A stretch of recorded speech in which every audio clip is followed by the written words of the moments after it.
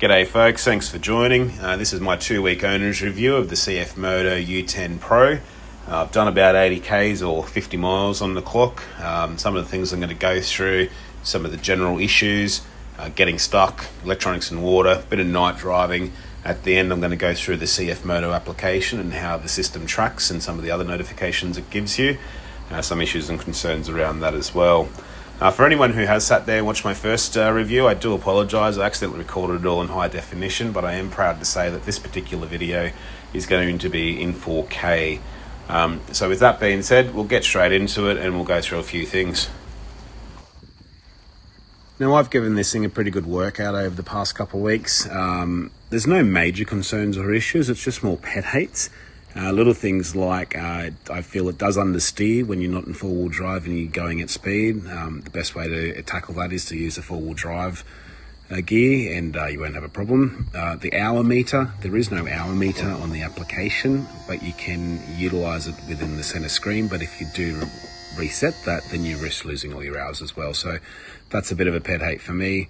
I did see this week that the US have put out a stop sale order.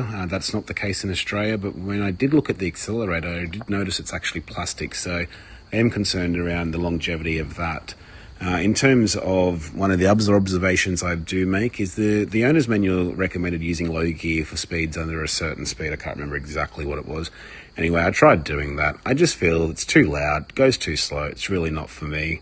I do entirely recommend, though, people install an iPad screen protector just for the longevity of the center screen. And it's booked in for its first service over the next 2 weeks. So you may recall I did make mention of the damage on arrival, and pleased to say that is getting fixed up by the dealer under warranty anyway. So I do hope it'll be ready. If not, it's no issues. We'll just make it happen when it happens.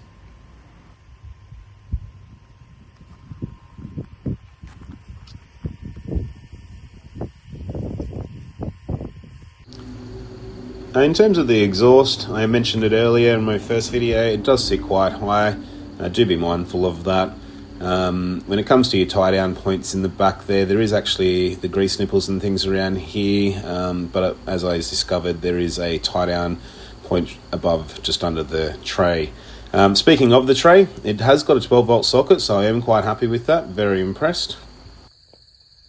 I did mention in the previous video as well, the speakers are of average quality, but they're alright, they do the trick.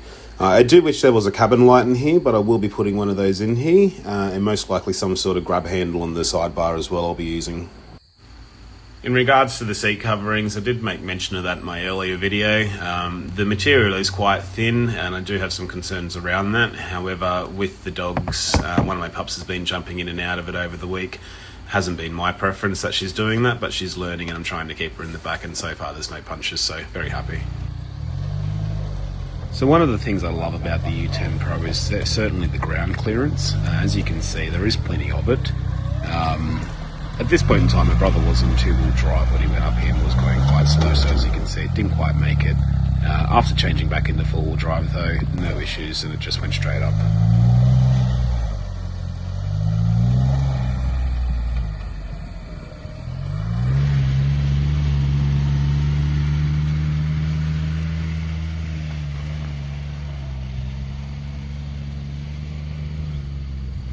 So at this point in time, my younger brother's about to get this thing stuck.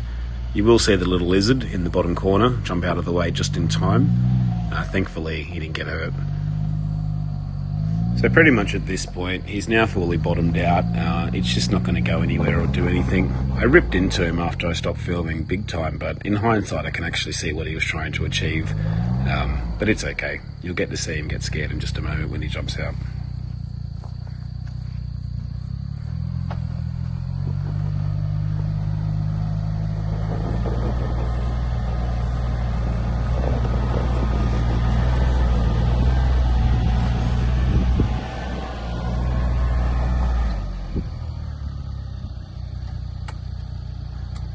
So at this point, you'll get to see him jump out of the way when the lizard runs off.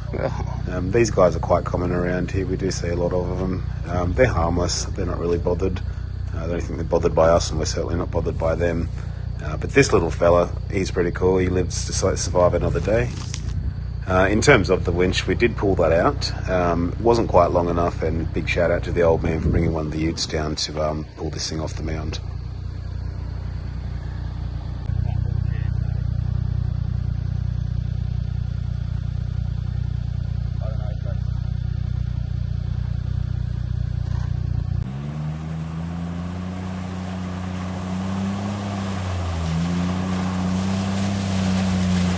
Now, if you've gone and watched one of my other videos, you will see about 5-6 minutes worth of footage of this thing just going through no commentary that goes with it. But what I will say is this thing absolutely ploughs through water. It has no issues or concerns just getting in, going through.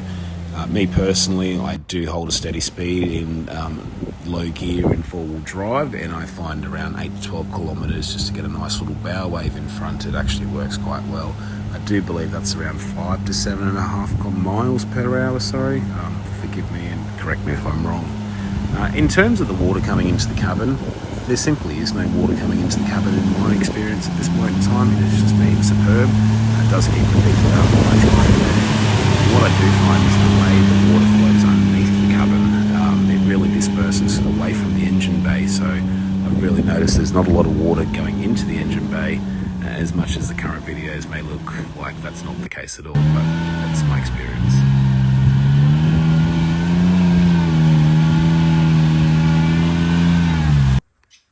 Somebody asked me a question around the electronics on the U10 Pro, around some concern around the electronic start, electronic shift, a bit of water, a bit of mud, what that may lead to.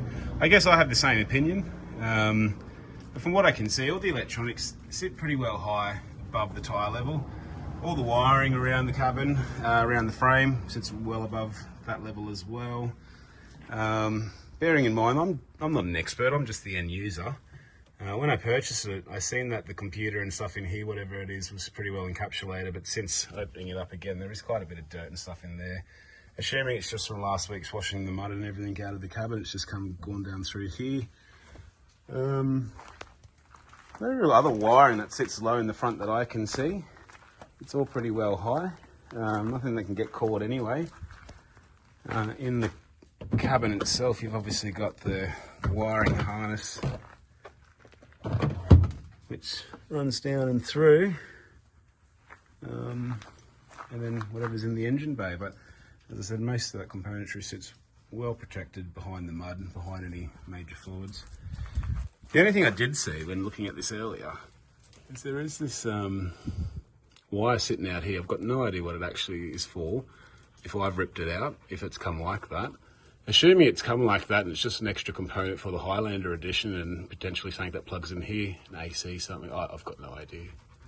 But the only real wiring I can see that sits just above the tyre here, it's just a little plug into whatever that is sitting in behind there, which is a bit hard to see for this box here. But everything else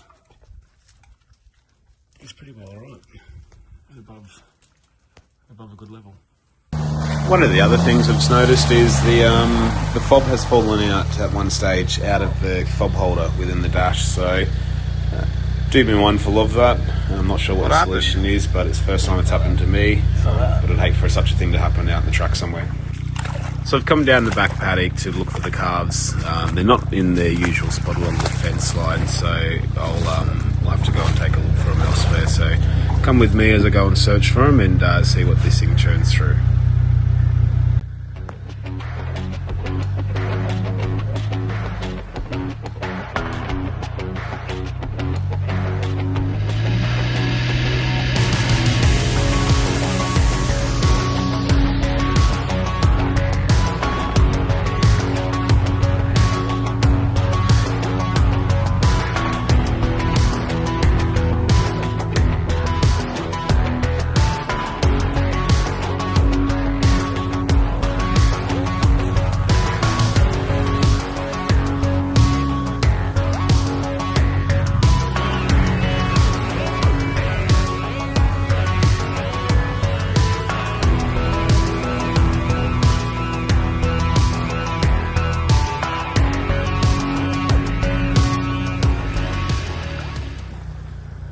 So I've now found the calves. They've been tucked up under a tree here in the middle of one of the back paddocks. finally found Jess. What are you doing? Hello. Haven't seen you all week.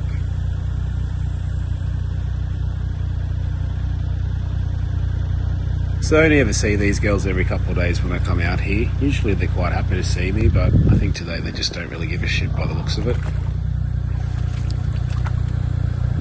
I thought maybe I'll go and say g'day to them, but as I've quickly discovered, walking through this water, I've epically failed, and I've got no idea what the hell I'm walking on, but we'll just leave it at that. No idea what the fuck I'm stepping on. Alright. One of the other features I've not mentioned in my first video is the winch controller. The same controller can be used to not only control the winch, but also the tray as well. And below the steering wheel, you'll find two ports where you can actually plug that into. In terms of the actual dash itself, it's all quite lit up. Very happy, very easy to see at night, no issues there. The cabin is quite dark though, and as I mentioned earlier, probably look at putting another light in. But what I'll do, we'll take you for a drive through some night lights, and we'll go from there. Be mindful that the headlights are dirty, so you'll see the reflection of that.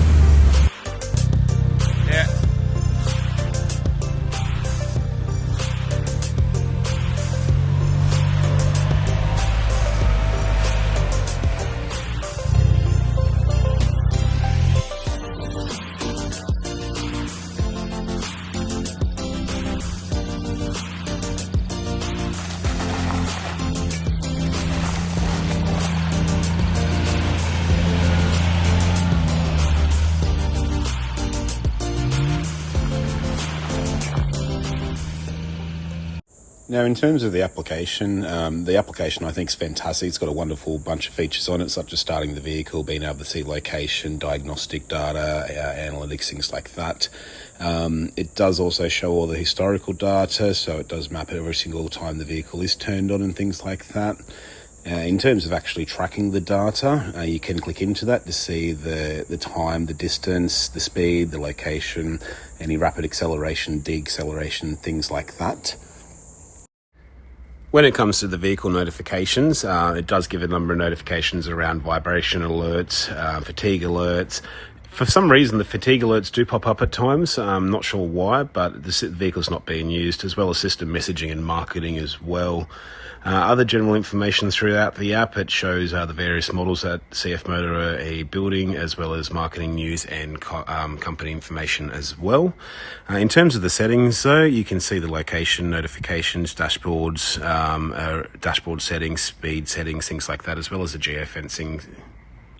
Now, in terms of the geofencing, it is a circular motion here. As you can see, you can zoom out, zoom in and make it as big or a little, but I would prefer to have seen a grid-style geofence. I much prefer that overall. When looking at the reminders, you can see things like your vibration, your low fuel alerts, fatigue statistics, static reminder, high engine RPM notifications, as well as engine heat as well. You can also see the dashboard settings around mileage and time, as well as the speed limit settings, which, as you can see, is 25 kilometers an hour or 25 miles an hour or 37 miles an hour, and 40k, 60k's. If you click the bottom right corner tab there where it says Me, you'll see your My Vehicle details. This will show your fuel signal, voltage, things like that. You'll also see your vehicle name, the VIN, the engine, the total trip data, fuel consumption, and owner's manual. Now, in my situation, there is no owner's manual that is in there, so I think that's a shame, and hopefully a future update may change that. The fuel consumption I've not actually seen being shown either. One of my concerns with this is you only need the VIN number in order to pair the vehicle to the app. So I was able to pair the vehicle to the app before I actually before I even picked it up from the dealer.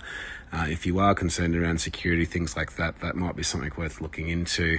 But I would suggest not sharing your VIN number with anyone, as it will basically give them live access to see where your vehicle is at any one time and track it from that point onwards. One of my other concerns is there's no hour meter within the application. I hope in a future update they are able to provide that for servicing requirements. So folks, that pretty much wraps up my 2-week owner's review of the U10 Pro. If you found this information helpful, please give it a like, subscribe, and enjoy the rest of your day. Thank you.